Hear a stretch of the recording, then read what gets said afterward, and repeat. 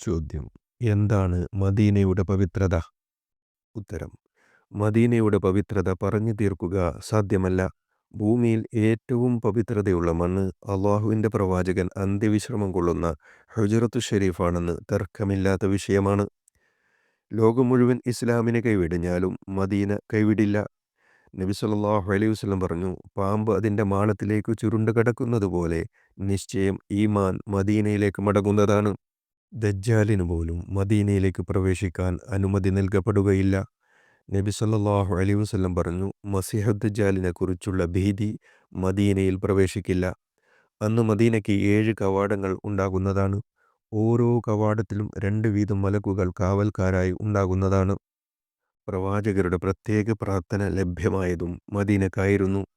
നബി സല്ലല്ലാഹു അലൈഹി വസല്ലം ദുആ ചെയ്തു, അല്ലാഹുവേ, മക്കയിൽ നൽകിയ ബറക്കത്തിൻ്റെ ഇരട്ടി മദീനയിൽ നൽകണമേ. മദീനയിൽ പ്രയാസങ്ങൾ സഹിച്ച് ജീവിക്കുന്നവർക്കും മദീനയിൽ മരണപ്പെടുന്നവർക്കും മുത്തുനബി സല്ലല്ലാഹു അലൈഹി വസല്ലമയുടെ ശുപാർശ കിട്ടുമെന്നും ഹദീസിൽ കാണുന്നു.